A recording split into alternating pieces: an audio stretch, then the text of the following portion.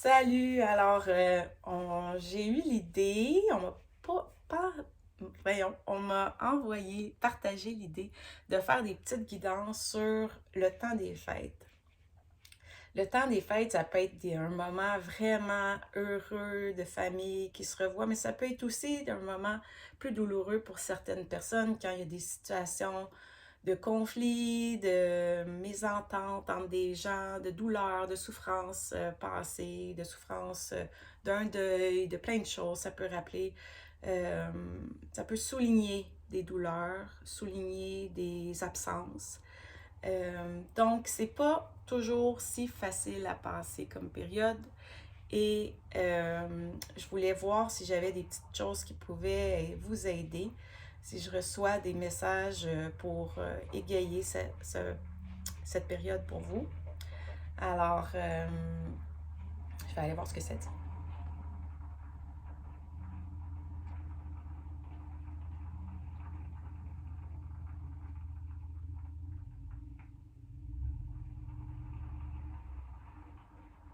OK. Donc, je vois un genre de tourbillon noir qui apparaît. Ça paraît pas tellement joyeux comme premier abord. Euh, ouais, c'est ça. C'est comme si dans le milieu de notre vie, au temps des fêtes, il arrive un tourbillon qui va. C'est comme si le rotor dans la ronde, là, tu sais, une force d'attraction qui se fait de la rotation. Puis ça va aller décoller des choses qui ont collé dans notre vie, qui sont collées. Mais là, ça ramène tout au centre, puis ça fait revivre ces choses-là. Donc, c'est comme si, moi, je vois le rotor. Là, c'est le rotor, pour ceux qui ne connaissent pas ça, c'est un manège qui tournait. Puis, ben, il y a une force concentrique, je sais pas trop comment on dit ça, là, mais qui amène vers l'extérieur.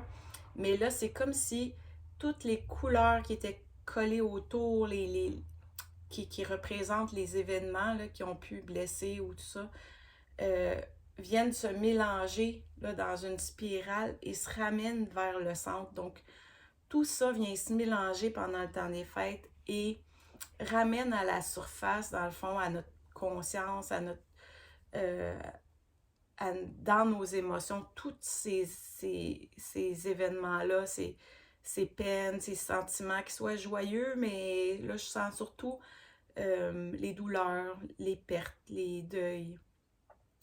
Donc, c'est un moment très émotif et je vais voir qu'est-ce que ça dit.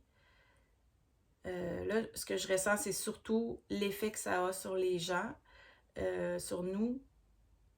De, c'est comme un moment où il va y avoir une pause en général et beaucoup de contacts qui ravivent ces choses-là, qui rappellent ces choses-là qu'on a eu tendance à coller ses bords, à mettre en périphérie dans le fond. C'est comme si ça ramène ça concentre vers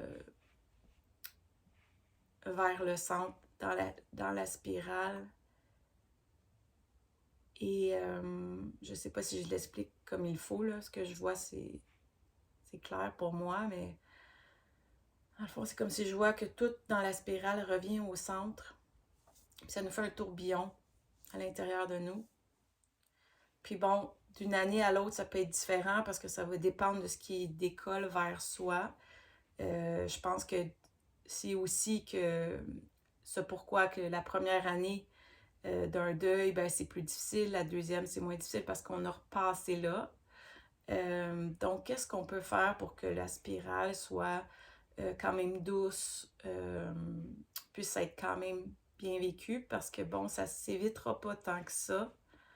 C'est sûr qu'on peut partir en voyage puis l'éviter, mais en quelque part, il va quand même avoir ce référent-là parce que c'est quand même un... On n'aura peut-être pas à revivre le contact avec les gens si on s'en va en vacances, mais il y a quand même l'espace de cette période-là qui porte aussi avec la fin de l'année.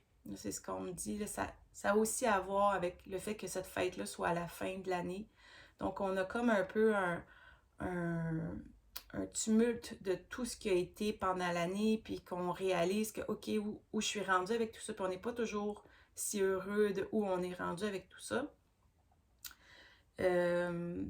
Donc, là, ça me parle d'un autre sujet de guidance que je voulais faire, c'est le debriefing de notre année, le bilan de l'année, pour pouvoir commencer de façon claire l'année suivante, l'année 2024. Euh,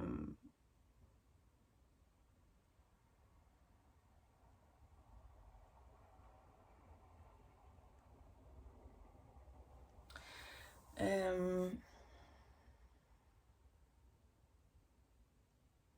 ouais, alors, je dirais que ça va être important dans...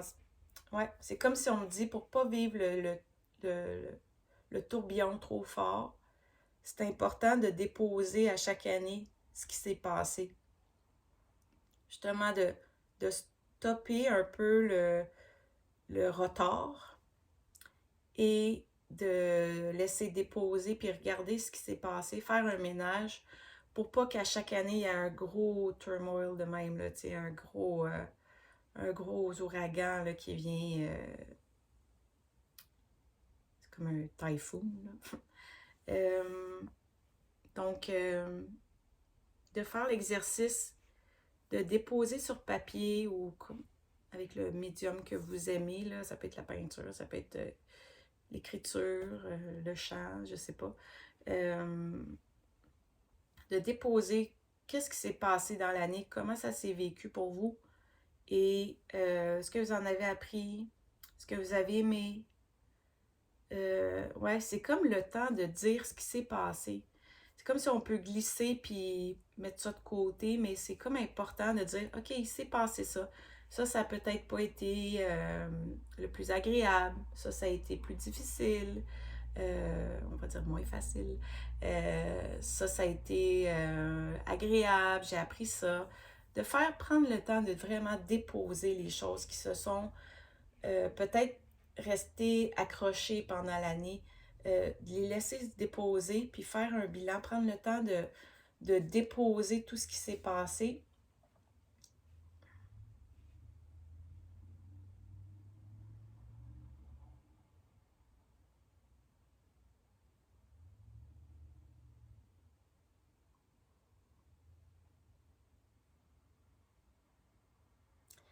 C'est comme si, ouais, c'est ça, c'est comme si, au lieu d'attendre que les fêtes amènent tout ce tourbillon-là, de faire nous l'exercice avant un peu la période des fêtes folles, là, où on a beaucoup de choses, de laisser descendre, c'est ça, arrêter le retard, là, mais c'est comme un peu la vie qui va vite, là. Euh, Laisser descendre les choses sur les côtés des murs, regarder ce qui s'est passé, puis après, la spirale va être beaucoup moins va demander beaucoup moins d'efforts, beaucoup moins de... va moins nous déplacer, nous étourdir, nous déstabiliser. Donc, qu'est-ce qu'on peut faire comme exercice, là, si je vais un peu plus dans le détail? Euh,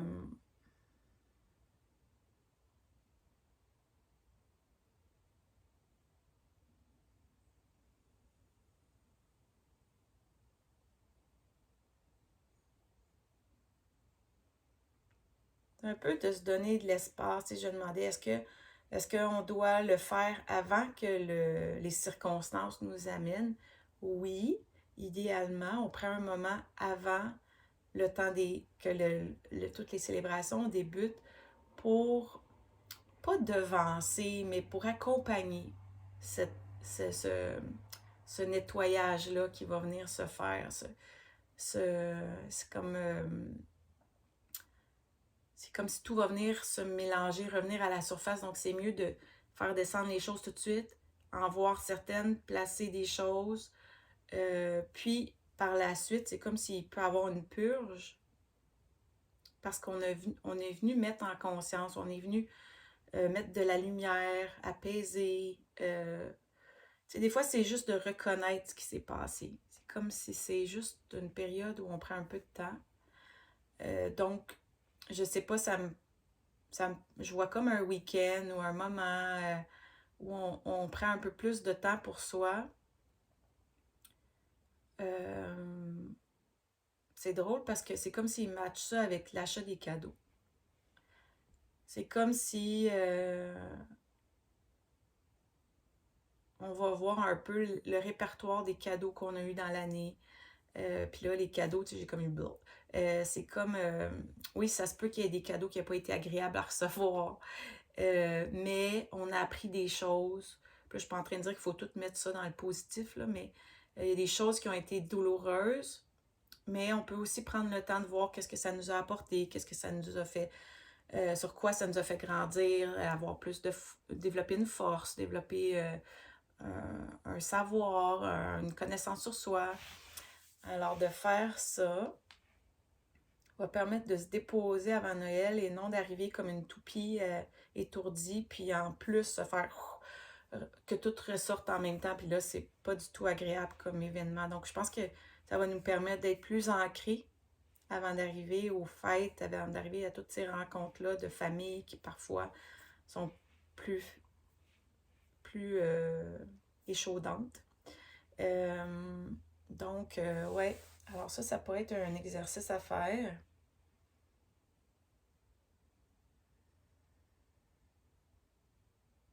Puis là, ça monte. Admettons, quand vous allez faire cette période-là, là, où vous, allumez-vous une chandelle, faites-vous un petit rituel, le fun. Là, ça peut même être quelque chose que vous refaites à chaque année. On s'allume une chandelle, on se trouve un petit coussin pour s'asseoir par terre avec notre cahier. On peut se mettre une petite musique. C'est un petit moment, ça peut être une heure. Là, un petit moment dans un coin de votre chambre, dans un coin d'une pièce où vous êtes bien.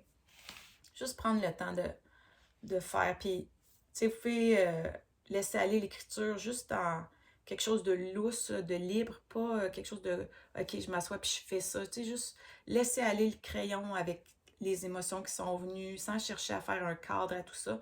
Juste laisser sortir ce qui a été, ce qui est, puis ce qui a été vécu. Donc ça serait un premier exercice que je verrais qu'on pourrait faire pour adoucir le temps des fêtes.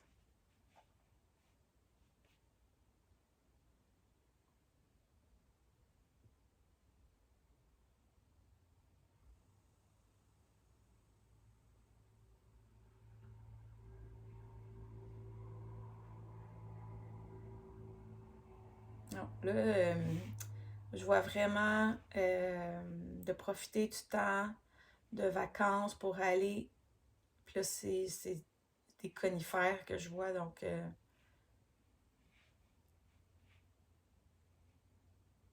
c'est comme s'il y a un lien avec le sapin.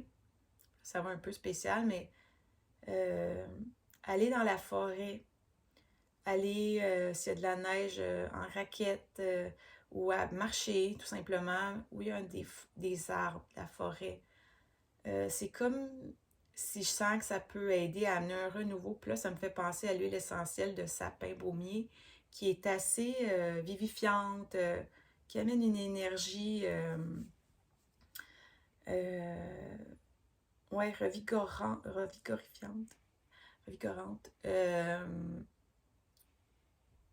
Comme pour un restart, un début à nouveau, une réénergisation. Ouais,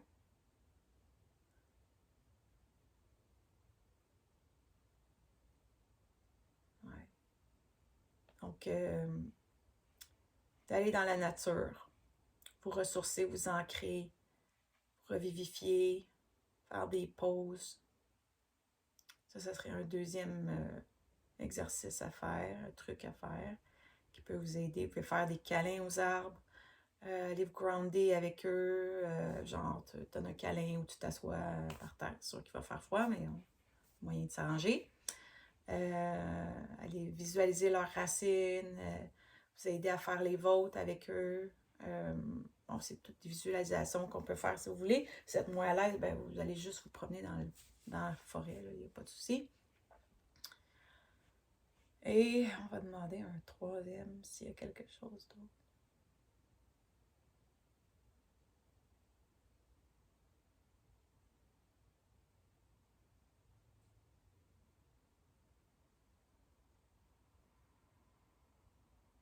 OK, je vois vraiment comme image d'une ampoule de Noël, tu sais, les allongés, là. Puis bon, Évidemment, il y a la lumière au centre qui est votre lumière à vous. Donc, un peu de se créer une espèce de bulle de lumière.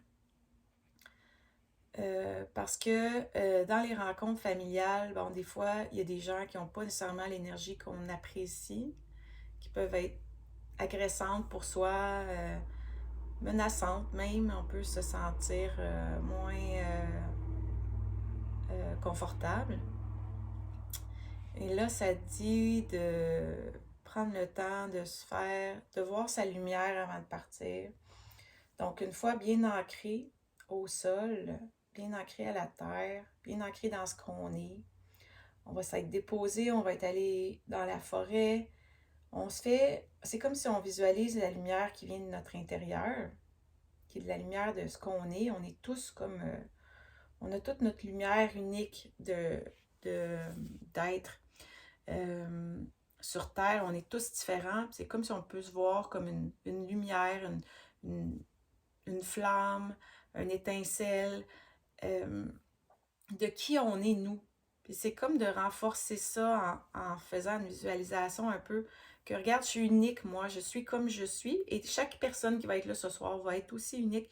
Mais là, moi, je me permets d'être moi et de m'entourer de lumière pour aller dans cette rencontre-là, et dans n'importe quelle rencontre durant toute l'année, mais c'est comme si ça nous permet de réaliser qu'on est parfait comme on est. Puis oui, c'est peut-être pas le plus facile de côtoyer cette personne-là ou de revoir ou de revivre certaines choses. Mais si on se visualise dans notre lumière, on peut visualiser aussi notre lumière qui illumine nos racines, qui vont à la terre, qui peuvent s'enrouler autour du cœur de la terre qu'on visualise et qui inspire l'énergie de la terre enracinante, dans le pouvoir, dans sa lumière.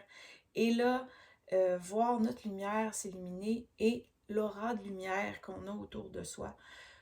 Et d'expérience, quand je fais des visualisations comme ça, j'ai l'impression que l'énergie des autres vient moins sur moi, que ma lumière repousse un peu, c'est pas tant repoussé, mais me permet d'avoir mon espace à moi, où je suis moi, sans chercher à me débattre ou à me défendre ou à me protéger. C'est comme si c'est ma lumière qui prend son espace, mon espace à moi, qui me rappelle que je suis et que j'ai cet espace-là à moi. Donc, je pense que ça va être tout pour tout de suite. Je vais peut-être refaire une autre guidance pour d'autres choses de plus précis, mais je dirais que ce seraient les 3 trucs à faire pour passer un temps des fêtes plus en paix. Puis de moins, dans le fond, dans le tourbillon, là, où on subit, dans le fond, que tout décolle des murs, puis que là, tout se ramasse en dedans de nous, un peu mélangé.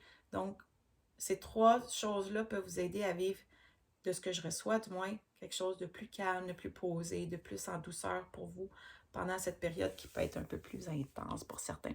Alors, je vous souhaite beaucoup de joie, le plus possible de douceur, d'amour. Si les situations extérieures sont plus difficiles, ben vivez ce moment-là de paix au moins avec vous-même, avec vos enfants si c'est possible, votre conjoint, vos amis. Trouvez certaines personnes avec qui vous êtes bien pour vivre ce moment-là de douceur, ce moment-là de réjouissance avec au moins vous-même ou des amis ou des gens que vous appréciez pour balancer le tout. Alors, je vous souhaite une belle fin de journée. Bye bye.